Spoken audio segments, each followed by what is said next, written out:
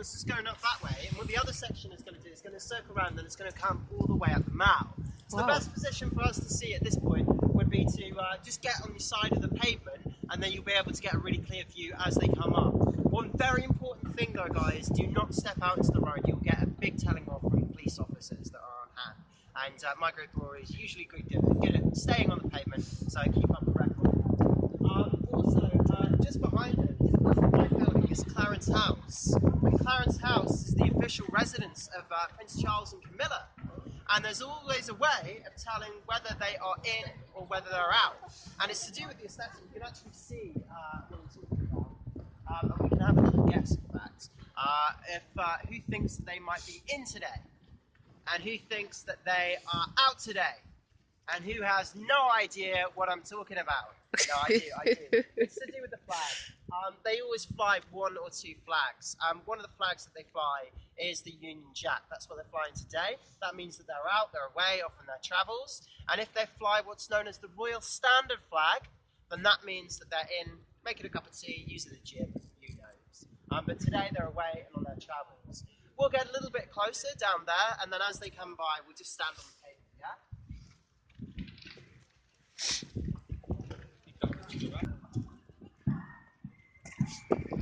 Okay guys, why don't we come to this bit of pavement here? Fine.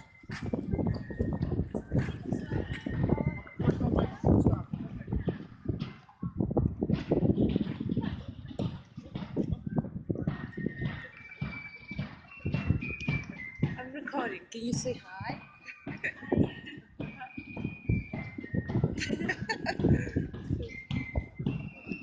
I know this is awesome. I'm serious. I'm excited.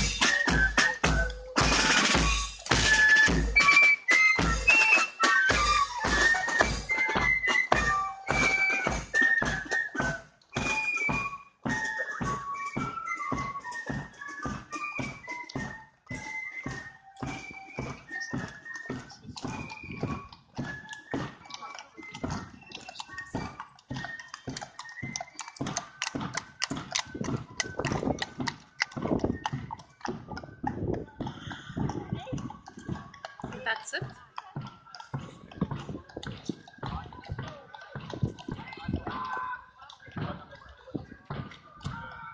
gather back in. How was that? Did everyone enjoy it?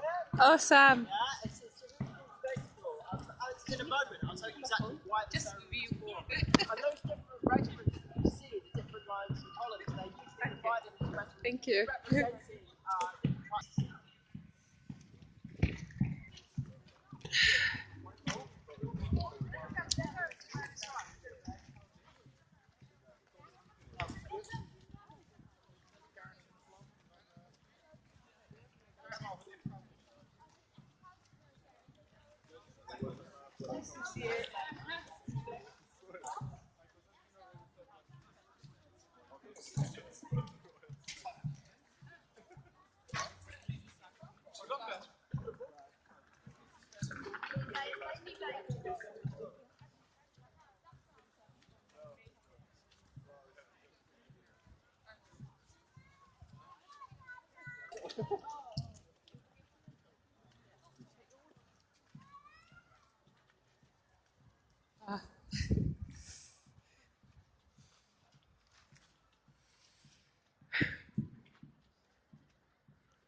Welcome to Buckingham House. That's its original name before it became the Buckingham Palace. Now, Buckingham House was built by the Duke of Buckingham in the year 1705. And when he built this place, he was rather proud of it. So he wanted to hold a big party to show it off, as he would. And he invited all the equivalent of the A-list celebs at the time, which would be lords, dukes, earls, and the king. And the king at the time was King George. Now, King George came over here, and first he was very impressed, and then that soon turned to jealousy. And you see, somebody was living in more style than the king, because the king was living in St. James's Palace. And we will be seeing St. James's Palace today, and you guys can make your own comparison. It's not quite as flashy, shall we say. So King George wanted to live in Buckingham House. And when the king wants something of yours, you're in a bit of a rock and a hard place as to exactly what to do about it. He had to, in the end, sell the property for 28,000, which by today is the equivalent of £4 million. Now, £4 million is a substantial amount of money. It would get you a very nice terraced apartment over in Mayfair. It would not get you Buckingham Palace, though. So he thinks he got a slightly raw end of the deal. The king did let him live there, though, until he died, took up residency in one of the rooms. I don't know how that conversation would have gone down. It's like, no, you can stay here, just hurry up and get out. The first official monarch to really move in, though, was Queen Victoria. And that's why we have the statue of Queen Victoria just outside. And she moved in here with her husband Albert, to which they had 9 children.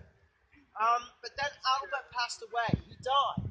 And when that happened, this really changed Victoria. She began to withdraw herself away from the public eye. She didn't want to be seen. And when she was seen, she was often wearing black. And she didn't talk much.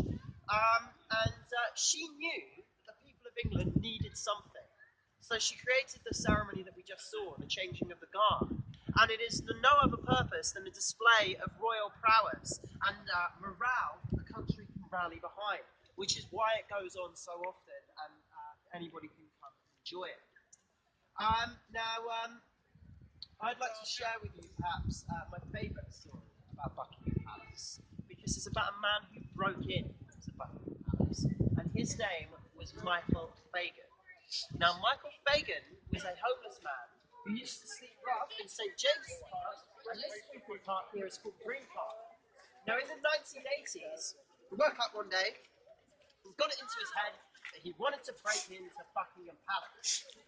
So, what he decided to do was wait until midnight, and then he scaled one of the gates, which he managed to do, and then crept round the back of the palace, up to one of the low windows, and then smashed that open with a flower pot. Now, he wanted to see as much of Buckingham Palace as he could, so he decided that the best way to do this would be to run as fast as he could from room to room, while setting off all the alarms as he went. Now, there are many guards in Buckingham Palace, and they, of course, noticed that the alarms went off. So they ran back to where the original alarm went off, and they couldn't see anything. And because they all went off so quickly, they assumed that it was an alarm fault, and then switched them off manually, which gave our lovable hero, Michael Fagan, free reign of Buckingham Palace. And he used this time to enjoy himself as much as he could. First, he went and found the throne room, in fact, pretended to be King of England for a little bit, and then it wasn't long before he wandered out of there and found one of the Queen's favourite wine cellars. Started helping himself to a few choice wines. After this, got a bit tipsy, a bit sleepy, maybe wanted to lie down. There's a lot of bedrooms in Buckingham Palace, and out of all of those bedrooms, he just so happened to choose the largest bedroom, the most elegant bedroom. It was the Queen's bedroom, with the Queen still in it.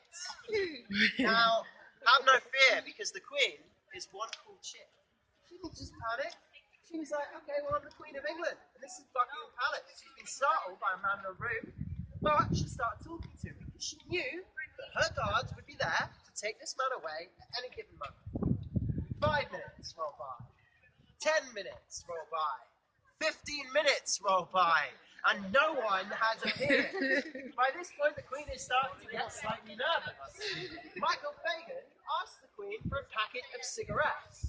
And she thinks, this is my opportunity. So she grabs her phone and she rings her footman. She says, hello, yes, I'd like a carton of cigarettes, please. He says, Mom, it's 2 a.m. and you don't smoke. No, it's not for me, it's for the Irishman in my room. And I think at that point, they decided to get their act together. Now, they came and took and escorted Michael Fagan out of the property. Now, the Queen said, apart from being startled, she didn't think she was in any danger. So, she didn't want to press too heavy charges on Michael Fagan. She did take the window that he broke and the wine. guys, we're going to move shortly on. I've currently got a stone in my shoes. Let me just get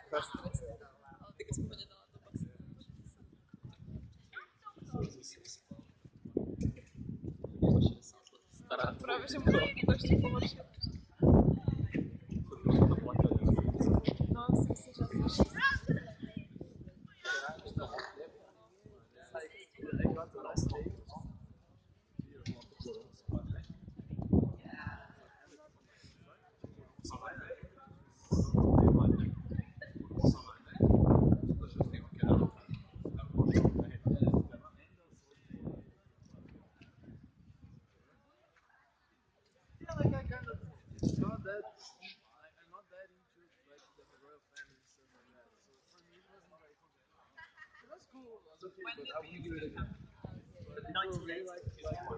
Yes, it's fairly recent.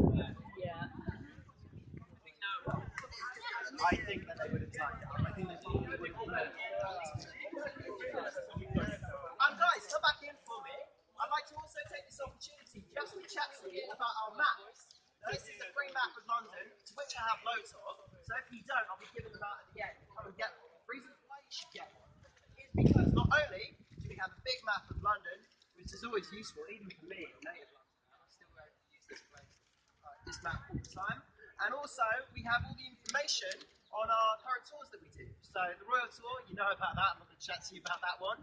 But we also do a Jack the Ripper tour. That's a bit more gruesome. It's about the murders of Jack the Ripper, but it is fascinating. We go in detail about all the suspects and theories involved with that. Now, we also have an Old City tour. Oh, and the Jack the Ripper, by the way, goes at 8 p.m. to Tower Hill Station every night. Now, the Old City tour, it runs on Monday, Wednesday, Friday, and Saturday. That's all at 4 p.m. And that's about the hidden secrets locked between London's old walls and then old walls even. And then we have the Soho tour as well. Now that goes on Tuesday, Thursday, Saturday, and Sunday. All the information on the map, and that's about the party district that is Soho. We give you a flavour of what that district is about and all it has to offer. I'm in fact taking that tour later on today at 5 p.m. So if anybody's interested in going on it, chat to me. And also, what we give you is we also give you lots of discounts for other stuff as well that you might like to do. So examples include a river cruise or Shakespeare's Globe, things like that. So basically, free maps, they're really worth having. So let me know if you want one at the end. Also, we do a nightlife tour. Now, it's a pub crawl tour. So if any of you guys wanted to go out, maybe enjoy London's nightlife, this is great. We did it recently for our Christmas party, so it's all fresh in my memory. And yes, you will get quite merry. You get entrance into 5 different clubs and bars. You get free shots at all of those, and you get drink discounts the entirety of the night. Now, normally, tickets are £20, but they give it the vouchers to the guide, and we do it for half price, so £10 instead.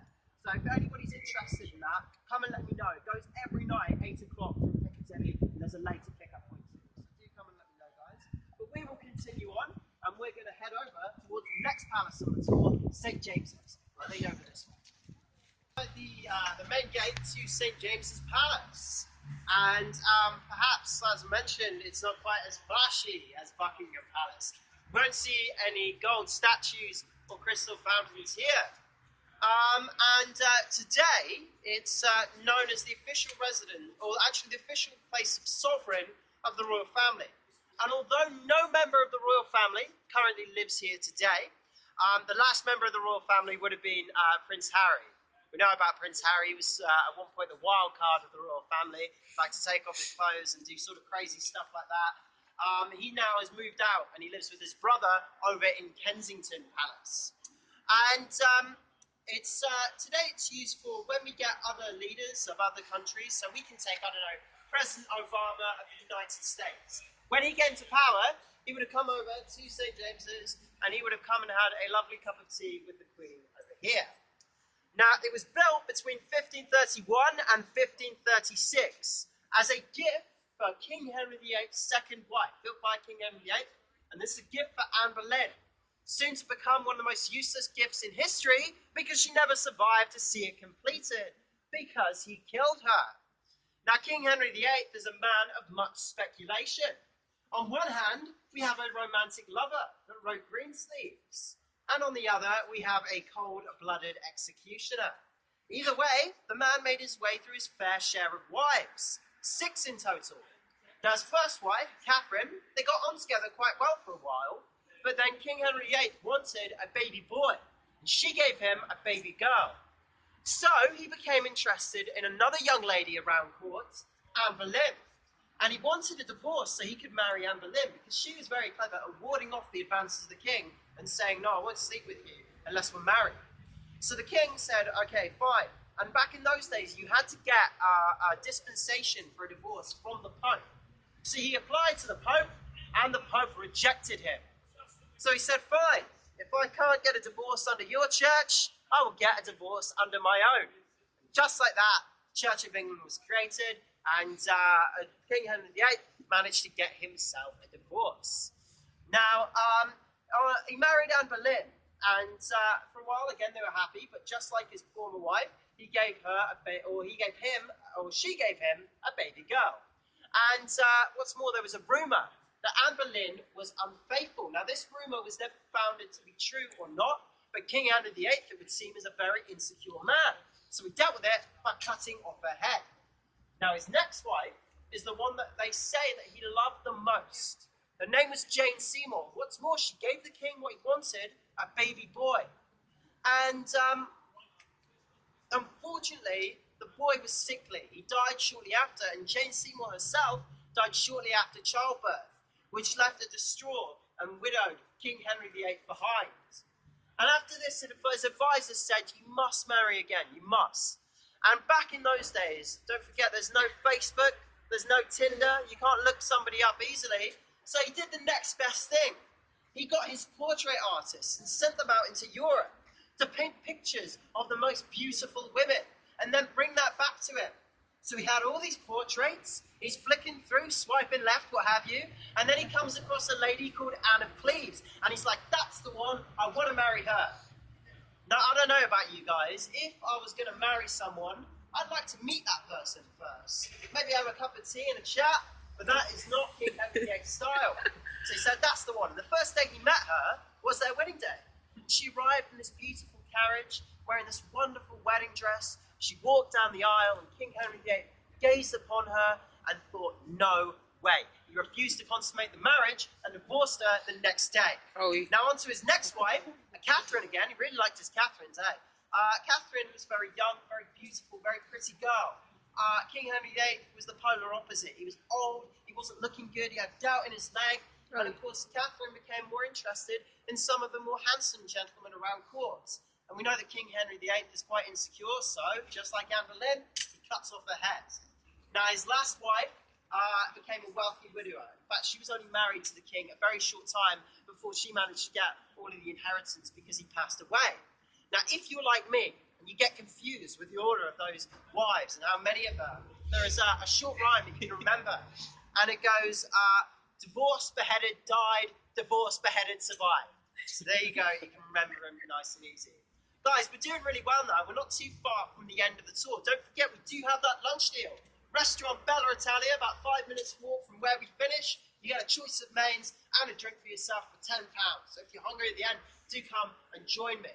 Right now, though, I'm going to take you up to Trafalgar Square, and we'll have a stop-off at the Crimean War Memorial on the way along there. Cool.